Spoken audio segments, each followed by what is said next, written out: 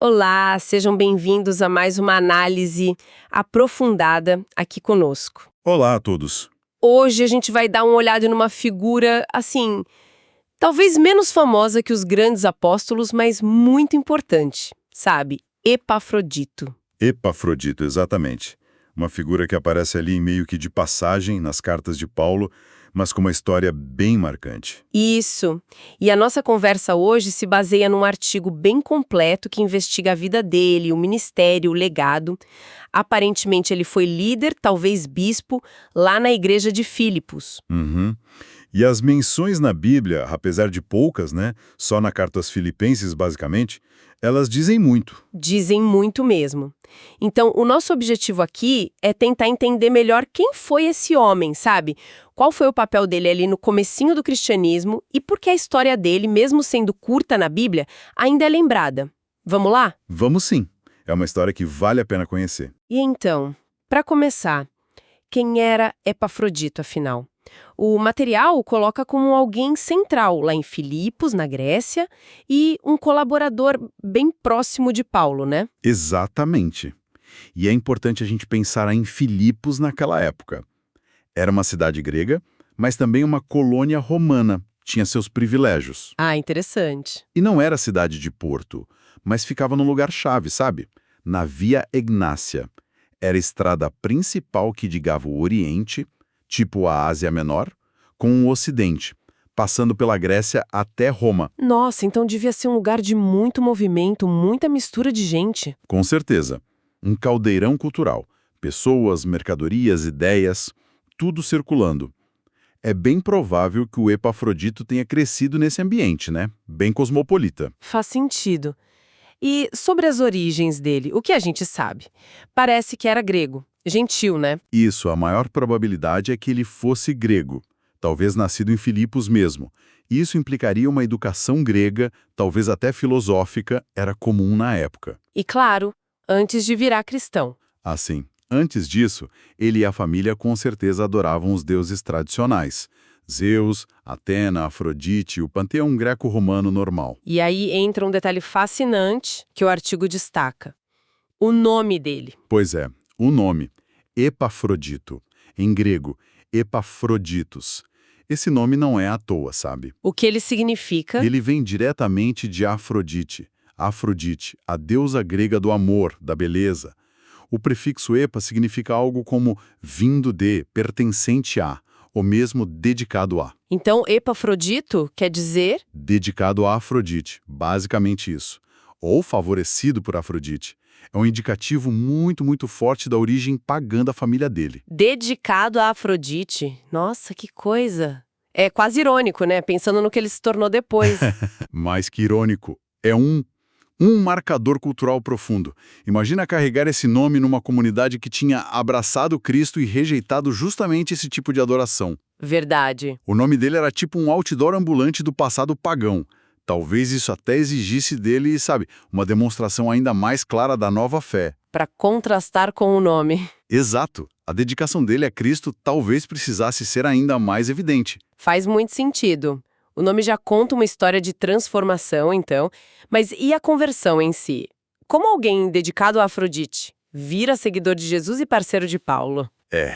A Bíblia não dá o passo a passo, né? Mas a conclusão mais lógica, e que a pesquisa histórica apoia, é que ele se converteu numa das viagens de Paulo a Filipos. Ah, quando Paulo passou por lá? Isso, Filipos foi uma das primeiras igrejas que Paulo fundou na Europa, e ele tinha um carinho especial por eles. É bem possível que Epafrodito tenha ouvido Paulo pregar, talvez visto algum milagre, e se converteu. E depois se juntou à equipe. Parece que sim, se integrou ali com Silas, Timóteo, essa turma que andava com Paulo. Uma mudança radical de vida, imagino. Largar as tradições da família, a cultura local, para seguir um caminho novo que ainda por cima era mal visto pelos romanos. Não devia ser fácil. De jeito nenhum. Era um passo enorme e muitas vezes arriscado. Não só espiritualmente, mas socialmente, politicamente. Podia rolar um isolamento, até perseguição. Então a trajetória dele já sugere, desde o início, uma fé bem forte, um comprometimento grande. E esse comprometimento levou ele para uma missão bem importante, né? A igreja de Filipos decide mandar ajuda para Paulo, que estava preso em Roma. Exato. E eles escolhem quem? Epafrodito. Isso mostra o quanto confiavam nele. Que responsabilidade! E ele não foi só levar dinheiro ou suprimento, sabe? Ele foi como um representante da igreja mesmo, para cuidar de Paulo na prisão, levar o apoio da comunidade. Uma missão que exigia muita coisa. Integridade, discrição, coragem também, né, com Paulo preso. Sem dúvida. E os riscos eram bem reais. A viagem já era difícil, mas o perigo maior apareceu lá em Roma mesmo. É aí que a coisa fica tensa. Fica dramática. Lá em Roma, cumprindo a missão, Epafrodito fica muito doente. Paulo escreve isso na carta aos Filipenses de um jeito bem direto. Ele ficou doente ao ponto de quase morrer. Nossa, e eu acho impressionante como Paulo descreve isso. Ele não foca só na doença em si, mas no caráter do Epafrodito, né? Exato. Paulo diz que Epafrodito estava angustiado, não só por estar mal, mas porque ficou sabendo que a notícia da doença tinha chegado em Filipos. Ele estava preocupado com a preocupação dos outros, mesmo quase morrendo. Isso, preocupado porque sabia que os irmãos lá em Filipos estavam aflitos por causa dele. É extraordinário, né? É incrível, mostra uma conexão muito forte entre eles. Demais. Revela a profundidade dos laços na igreja primitiva. Tinha uma partilha real ali, de sofrimento, de alegria. E a recuperação dele, para Paulo, foi vista como uma misericórdia dupla de Deus. Dupla? Como assim? Misericórdia para Epafrodito, que não morreu, e misericórdia para o próprio Paulo, para que ele não tivesse tristeza sobre tristeza. Isso mostra o quanto Paulo gostava dele, o quanto ele era importante. E Paulo usa umas palavras bem fortes para descrever ele, né? Usa sim. Lá em Filipenses 2, verso 25, ele chama Epafrodito de meu irmão, cooperador e companheiro de lutas. Não são palavras vazias. O que elas significam exatamente? Irmão mostra ligação espiritual em Cristo. Cooperador, sinergos em grego, indica uma parceria ativa, valiosa no trabalho do evangelho. E companheiro de lutas, sistratutes, é um termo militar. Militar, tipo soldado. Isso. Sugere que eles estavam juntos na batalha, enfrentando as dificuldades do ministério lado a lado. Essa linguagem mostra um respeito enorme, uma parceria de verdade. Falando em parceiros de Paulo, às vezes rola uma confusão com outro nome parecido, Epáfras. O material que a gente viu comenta isso, né? A ideia de que talvez fossem a mesma pessoa.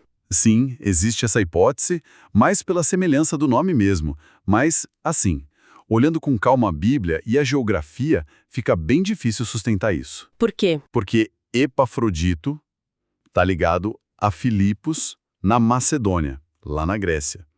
Já o Epáfras, ele é mencionado nas cartas aos Colossenses e a Filemon como sendo de Colosso. Colossos. Fica onde isso? Na Frígia, que é na Ásia Menor, hoje Turquia, e ele é descrito como alguém que cuidava das igrejas daquela região ali do Vale do Lico. Colossos, Laodiceia, Hierápolis. Ah, então são lugares e ministérios diferentes. Bem diferentes. A maioria dos estudiosos concorda. São duas pessoas distintas, ambas importantes para Paulo, mas cada uma atuando na sua área. Entendido. Epafrás na Ásia Menor e Epafrodito na Grécia. Ok.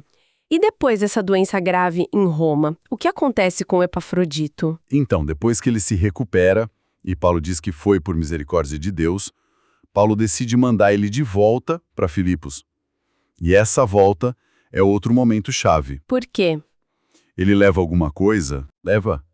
Ele é o portador da própria carta de Paulo aos Filipenses, a carta que a gente está usando para saber sobre ele. Que demais!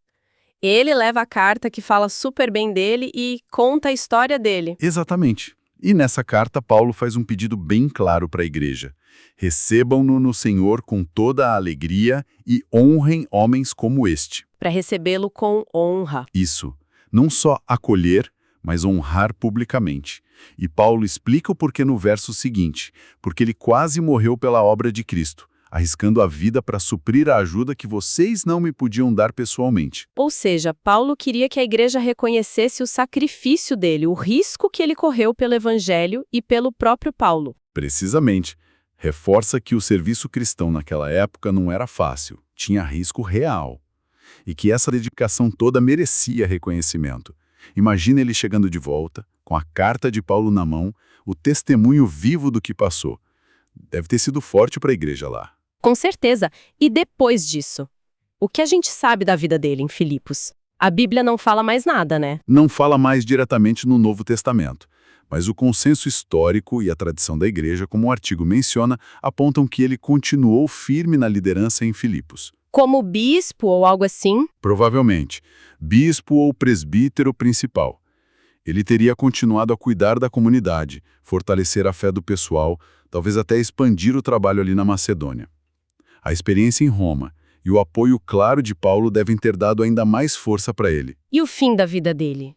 Como ele morreu? O artigo diz que não tem registro certo sobre isso.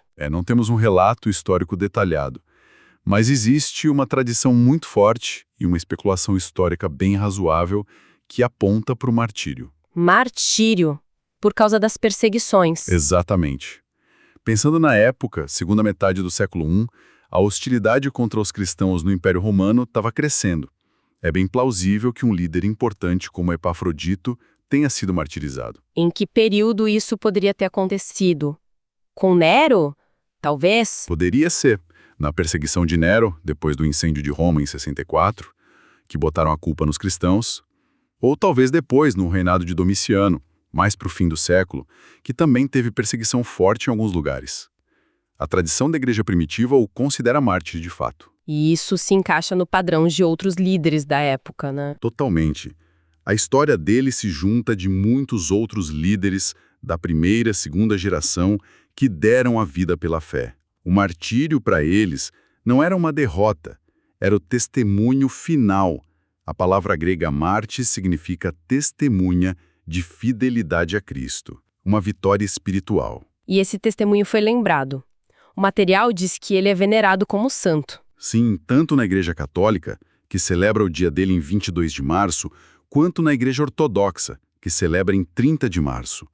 Esse reconhecimento mostra a importância dele. Ele é lembrado como exemplo de fé, de perseverança, de dedicação ao ministério e de sacrifício pelo Evangelho. Então vamos só recapitular? Temos Epafrodito, nome pagão dedicado a Afrodite. Passa por uma transformação total, vira seguidor de Cristo, parceiro querido de Paulo. Líder de confiança em Filipos. Vai para Roma numa missão arriscada, fica doente, quase morre, mas se preocupa mais com os outros. Isso. Volta para casa como herói da fé, levando a carta de Paulo, continua ministério e, segundo a tradição, morre como mártir. E é reconhecido como santo. Tudo isso a partir de poucas linhas na Bíblia. É uma história muito forte. Mostra como gente que não está ali nos holofotes principais das Escrituras pode representar de forma incrível os valores do cristianismo. Lealdade, serviço, sacrifício, resiliência. A falta de detalhes biográficos quase que realça a força do exemplo deles, sabe? Mostra o impacto que uma vida de compromisso verdadeiro pode ter. Exato. Então, o que a gente leva disso tudo? Fica aqui uma provocação para a gente pensar. Voltando naquele nome, Epafrodito, dedicado a Afrodite. Como será que soou para os contemporâneos dele em Filipos ver aquele cara largar tudo isso e dedicar a vida inteira, até quase morrer, por Jesus Cristo? É uma pergunta excelente. Leva a gente para o centro da transformação pessoal. Essa mudança completa de lealdade, de uma deusa pagã supercultural para Cristo. O que isso diz sobre o poder da convicção? Pois é. Sugere que uma fé real, um propósito encontrado, tem uma força que pode redefinir tudo. Não só o futuro da pessoa, mas até o significado do passado dela, da identidade.